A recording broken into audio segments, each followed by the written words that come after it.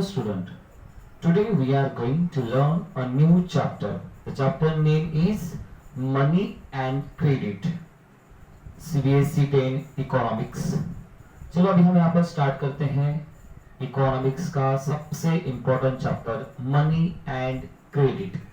Money and credit में सबसे पहला जो टॉपिक आता है यहाँ पर शुरू होता है और वो है money as a medium of exchange. Money पैसा ये एक्सचेंज करने के लिए ऐसा एक साधन बना हुआ है। क्यों है वो साधन, उसके पहले हम कुछ उसके पुरानी कुछ बातों पर ध्यान देते हैं।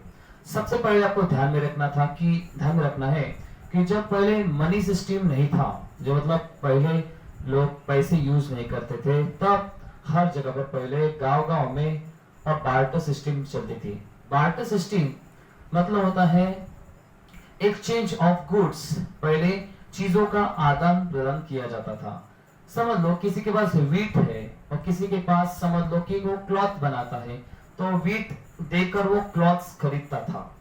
मतलब वहां पर दो आदमी अपने पास की दो चीजों का आदान प्रदान करते थे, इसका मतलब एक्सचेंज करते थे, तब जाकर दोनों की डिमांड पूरी हो जाती थी। कभी कभी ऐसा भी हो जाता था कि तीन लोग हैं, समझ लो एक क्लॉथ बना रहा, एक एग्रीकल्चर कर रहा है, वीट है उसके पास, एक शूज बना रहा है, तो दोनों में आपको अच्छी तरह से समझना जरूरी है कि जो वीट है वो देखकर वो क्लॉथ्स खरीद रहा है या कोई वीट देख के किसी के पास से शूज खरीद रहा था, ये पर इसको बोला जाता था, इसको कहा जाता है बार्टर सिस्टम। तो barter system means exchange of goods. तो दो आदमी एक दूसरे से चीजों का आदान प्रदान यानी एक्सचेंज किया करते थे। लेकिन बाद में क्या हुआ, ये आपको हमेशा ध्यान में रखना है कि ये दो लोग हैं, लेकिन उनको समझ लो वीट वालों को, जिसके पास वो वीट है, एक फार्मर है, उसने वीट का प्रोडक्शन किया है, क्रॉप निकाले है, लेकिन समझ लो उसको क्लॉथ देने वाला क्लॉथ देने की तैयारी कर रहा है, लेकिन उसको क्लॉथ नहीं चाहिए, उसको शूज चाहिए या उसको और कोई नई चीज चाहिए। तो इस वजह से क्या होता था, एक आदमी दूसरे के साथ अच्छी तरह से एक्सचेंज नहीं कर पाता था, किसी की वो डिमांड ही नहीं रहती थी, तो वो लेके क्या करेगा। या किसी को क्लॉथ बेचना है लेकिन उसको वीट नहीं चाहिए, दूसरी चीजें चाहिए। तो यहाँ पर आपको ध्यान में रखना है दोनों का एग्रीमेंट होना जरूरी था पहले, तब जाके किसी का बार्टर सिस्टम सक्सेसफुल हो सकती थी। लेकिन बार्टर सिस्टम बाद में फेलियर साबित हो गई, क्योंकि कभी कभी ऐसा होता था कि मार्केट में दो या तीन लोग ये सेटिस्फाइड नहीं रहते थे, एग्री नहीं रहते थे, तो उनका एक्सचेंज बिल्कुल होता नहीं था। इस वजह से आपको ध्यान में रखना है कि पुराने टाइम में, अर्लियर पीरियड में हम ऐसा मान सकते हैं, कम से कम आज से कम 1000 साल पहले हो सकता है, अपने यहाँ पर ऐसा था कि बार्टर सिस्टम को ज्यादा इंपॉर्टेंस दिया जाता था। कोई पहले ऐसे कोई कॉइन नहीं थे, लेकिन वो फेलियर साबित हुआ क्योंकि दोनों का एग्रीमेंट होना चाहिए। इसको बोलते हैं डबल कोइंसिडेंस ऑफ वांट्स। लेकिन जब दोनों को भी वो चीजें नहीं चाहिए तो फिर अच्छी तरह से एक्सचेंज होता नहीं था, ये आपको ध्यान में रखना है। बाद में क्या आया कि मनी आया, पैसे आया। पैसे से क्या होता है, पैसे से आराम से किसी भी चीज को खरीद सकते थे। जैसे किसी को पैसा है वो शूज खरीद सकता है, किसी के पास वो क्लॉथ खरीद सकता है, टीवी खरीद सकता है, ग्रोसरी खरीद सकता है, फर्नीचर खरीद सकता है, मोबाइल खरीद सकता है। तो ये सभी चीजें वो खरीद सकता है कभी भी। तो उसके पास पैसे आ गए, तो पैसे आने की वजह से वो मार्केट में जाता है, जिसको वो जो चीजें चाहिए वो आसानी से एक्सचेंज कर सकता था। इसलिए आपको ध्यान में रखना है, आपके बुक में दिया है कि पैसा यानी मनी एक्सचेंज करने के लिए अच्छा क्यों है। इसके लिए आपको ध्यान में रखना है कि पैसों से वो आदमी जो उसको चाहिए वो किसी से कोई चीज खरीद सकता है। ये आपको ध्यान है, जिसको अगर मोबाइल चाहिए, किसी को फर्नीचर चाहिए, किसी को क्लॉथ चाहिए, ग्रोसरी चाहिए, ऐसे बाकी चीजें हैं वो आराम से खरीद सकता है। इस वजह से बार्टर सिस्टम फेलियर होने के बाद हर जगह पर एक मनी सिस्टम को शुरुआत की गई। कोई कॉइन होगा या कोई पेपर नोट है, इनकी शुरुआत हो गई। अभी हम यहाँ पर देखते हैं मनी। मनी से क्या कर सकते हैं, गुड्स एंड सर्विसेज। पैसा है तो आप कोई भी मार्केट से जाकर आसानी से इजीली आप कोई चीज खरीद सकते हो या कोई सर्विस खरीद सकते हो। अगर आपके घर में टीवी रिपेयर करना है तो सर्विस सेंटर को बुला सकते हैं, उसको आप पैसे दे सकते हो और टीवी का रिपेयरमेंट कर सकते हैं, रिपेयर वगैरह कर सकते हैं। तो ये आपको ध्यान में रखना है कि मनी, या इस वजह से यहाँ पर जाता है कि money as a medium of exchange, इसलिए मनी जो है आसानी से एक्सचेंज करने के लिए बहुत अच्छा साबित होता है, ये आपसे पता चलता है। तो बार्टर सिस्टम सक्सेसफुल नहीं हो पाई, इसी वजह से ध्यान में रखना है। आगे आगे ऐसा देश का या बाकी चीजों का डेवलपमेंट होता गया और मनी ये अच्छा साबित हुआ। कॉइन हो सकता है, बाकी चीजें भी, अलग राजा महाराजाओं ने कॉइन शुरू कर दिए थे और वो कॉइन पर उनके कुछ ऐसे साइन वगैरह रहता था या कोई अलग से चिन्ह वगैरह बनाते थे, तो उससे वो मानते थे कि ये एक रॉयल अथॉरिटी है और उससे वो चीज मार्केट में जिनको सब्जी खरीदना है, जिसे वो गुड्स खरीदना है, जो भी चीजें खरीदना है वो आसानी से होता था। इसलिए आपको ध्यान में रखना है कि money as a medium of exchange, ये आपको ध्यान में रखना है। तो अभी हम स्टार्ट करते हैं सेकंड नंबर का टॉपिक है मॉडर्न फॉर्म्स ऑफ मनी। तो मॉडर्न फॉर्म्स ऑफ मनी क्या है, ये अभी हमको समझना जरूरी है। सबसे पहले हमने लिया कि मनी कितना इंपॉर्टेंट है, money as a medium of exchange, हमने इसके पहले का टॉपिक हमने लिया। तो आपसे हमें ये समझ में आता है कि money is a something that can act as a medium of exchanging transaction. तो मनी से अच्छे से अच्छा ट्रांजैक्शन किया जा सकता है। तो मनी एक सबसे आसान तरीका है ट्रांजैक्शन करने के लिए, ये हमने सीखा पहले पॉइंट में। अभी हम यहाँ पर लेते हैं कि अर्ली एजेस में, मतलब अर्ली एजेस का टाइम हम लेते हैं, जैसे वैदिक पीरियड। तो वैदिक पीरियड में अगर आपने ऋग्वेद वगैरह पढ़ा तो उसमें आपको एग्जांपल्स आएंगे। तो उस पीरियड में काऊ को ज्यादा इंपॉर्टेंट था, गाय को ज्यादा इंपॉर्टेंट था, क्योंकि गाय और ग्रेन्स वो एक प्रॉपर्टी मानी जाती थी। जिनके पास गाय ज्यादा थी तो वो समझ लो ज्यादा रिच माना जाता था, तो वो एक प्रॉपर्टी थी वो उस पीरियड में। तो ग्रेन्स, कैटल्स, ये उस टाइम में प्रॉपर्टी, तो time of the Rigvedic period. लेकिन बाद में क्या हुआ, नए नए किंगडम आते गए और उसके बाद समझ लो 1000 साल बाद की बात हम एग्जांपल लेते हैं। तो नए नए किंगडम आने की वजह से क्या हुआ, उन्होंने अपने नए नए कॉइन्स शुरू कर दिए। जैसे एग्जांपल ले लेते हैं शिवाजी महाराज के टाइम में, एग्जांपल लेते हैं, उस टाइम में भी कुछ कॉइन थे। Time of the Mughal period, सल्तनत पीरियड, और इनमें बहुत से अलग अलग टाइप के क्या कॉइन आना शुरू हो गया। तो एक आपको ध्यान में रखना है, उन्होंने कॉइन्स बनाए उस टाइम में, then the metallic coins, gold, silver, copper coins, ऐसे कॉइन उनके बनते गए।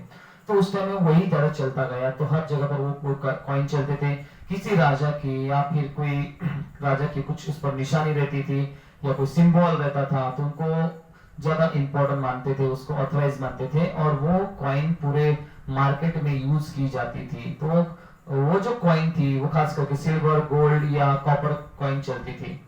तो ये आपको ध्यान में रखना है। लेकिन बाद में क्या हुआ, आज हम लेते हैं in the time of the modern period, यानी अभी हम लेते हैं इंडिया इंडिपेंडेंट हो गई और इंडिया इंडिपेंडेंट होने के बाद एक करेंसी को ज्यादा इंपॉर्टेंट दिया गया। करेंसी बनी इंडियन करेंसी। तो करेंसी जो है ना अभी वो कोई गोल्ड की करेंसी है, ना कॉपर की है, ना सिल्वर की है, लेकिन वो करेंसी जो है वो पेपर नोट रहता है।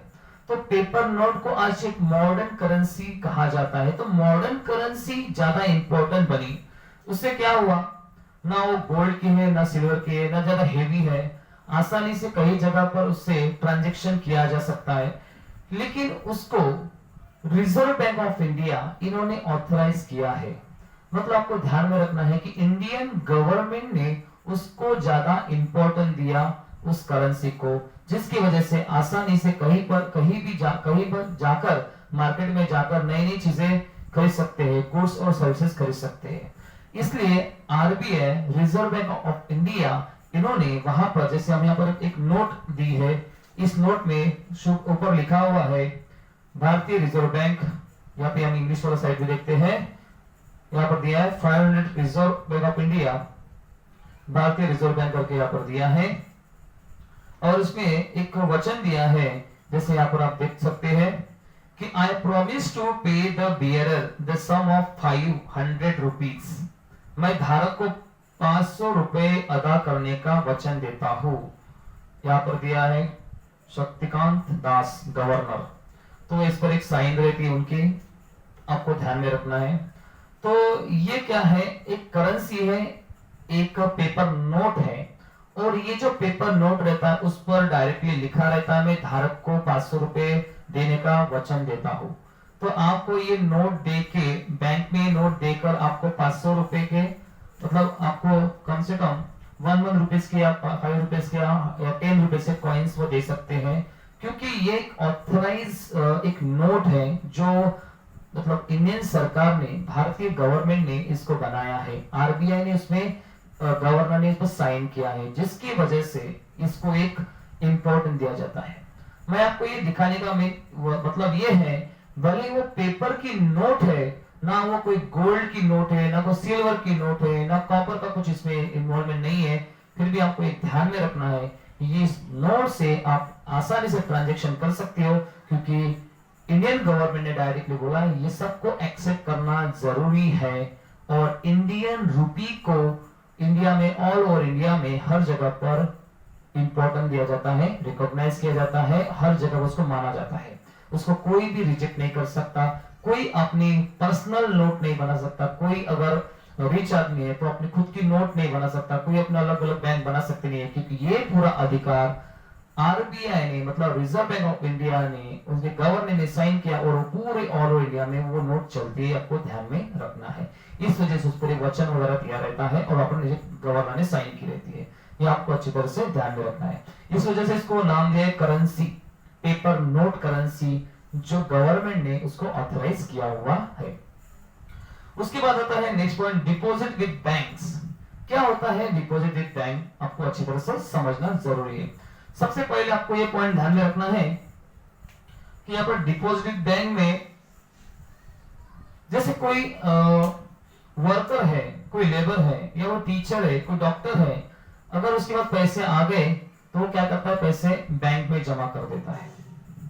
तो बैंक में जमा करने के बाद उसकी मंथली सैलरी जो रहती है बैंक में सेविंग कर देता है।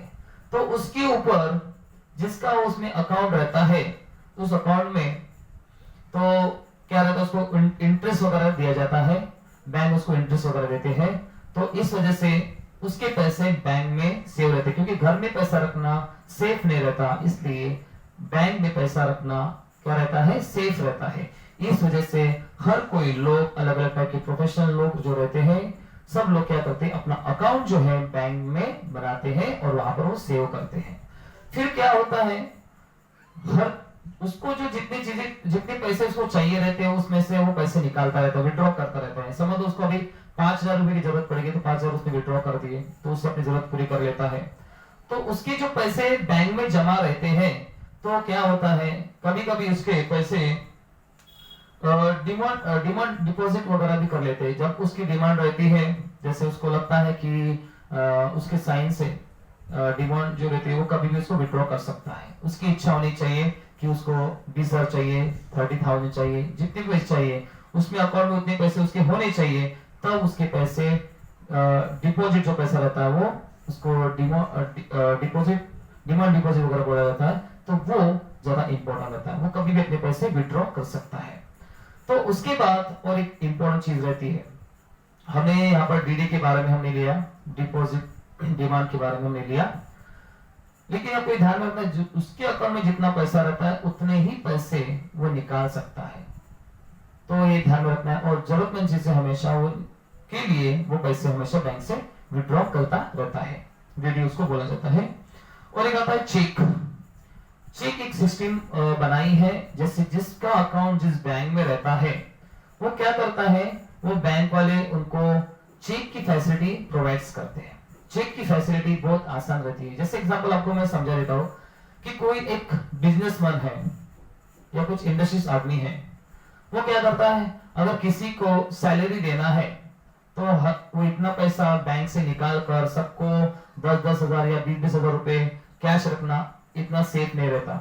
फिर हर लोगों को, अगर उसके पास 100 लोग अगर उसके घर में काम कर रहे हैं तो 100 लोगों के लिए 10-10 हजार रुपए निकालने हैं, तो उसको बहुत बड़ी अमाउंट बैंक से लाना पड़ेगा, और वो पैसे वो क्या करेगा, हर जो वर्कर है, जो उसके पास एम्प्लॉय है, उसको अगर वो देता रहेगा तो क्या होगा, बहुत ज्यादा रकम उसको बैंक से हमेशा विड्रॉ करके लानी पड़ेगी। इस वजह से क्या होता है, वो सेफ नहीं रहता। इस वजह से बैंक वालों ने एक सिस्टम बनाई है और वो सिस्टम है चेक सिस्टम। उनको एक चेक बुक दिया जाता है, वो चेक बुक में वो एक ऑथराइज चेक बुक रहता है जो जिसके अकाउंट का रहता है, उसके साइन के बिना वो पैसे किसी के नाम पर ट्रांसफर नहीं हो सकते। इसलिए हमने यहाँ पर लिया है कि चेक आपको कम से कम, ये आपको 1 मार्क के लिए वेरी शॉर्ट के लिए क्वेश्चन आ सकता है, वो आपको लर्न करना है। A check is a paper instructing bank to pay a specific amount to the person's account to the person in whose name the check has been issued करके मैंने यहाँ पर लिखा हुआ है। इसका मतलब ये होता है कि जिसके नाम पर वो चेक दिया जाता है, वो आदमी अपने अकाउंट में वो चेक जमा कर सकता है और उसे जमा कर दिया तो वो अमाउंट उतने उसके अकाउंट में जमा हो जाती है। तो ये एक सेफ सिस्टम है और जिसकी वजह से ब्लैक जो मनी है इसका करप्शन जो है कम हो सकता है। और चेक से अगर सब लोगों ने अच्छी तरह से व्यवहार करना शुरू कर दिया तो ये सबके लिए बहुत ही अच्छा रहता है। तो ये आपको ध्यान में रखना है। तो ये चेक सिस्टम बड़े बड़े बिजनेसमैन, बड़े बड़े लोगों ने शुरुआत कर दी, जिसकी वजह से आसानी से किसी को चेक देकर उसकी अमाउंट उसके अकाउंट में चली जाती है। मतलब वह हमेशा ज्यादा रकम या ज्यादा पैसे विड्रॉ करके घर में लाकर ज्यादा प्रॉब्लम नहीं क्रिएट कर सकता। वो क्या करता है, डायरेक्ट चेक देकर उसके अकाउंट में जमा कर देते। ये आप उसको नाम दिया गया है चेक सिस्टम।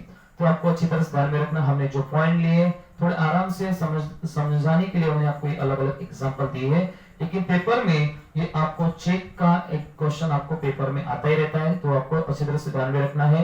ये भी आपको हमेशा ध्यान में रखना है। करेंसी भी हमने आपको बताई, तो करेंसी के बारे में भी आपको अच्छी तरह से समझना है।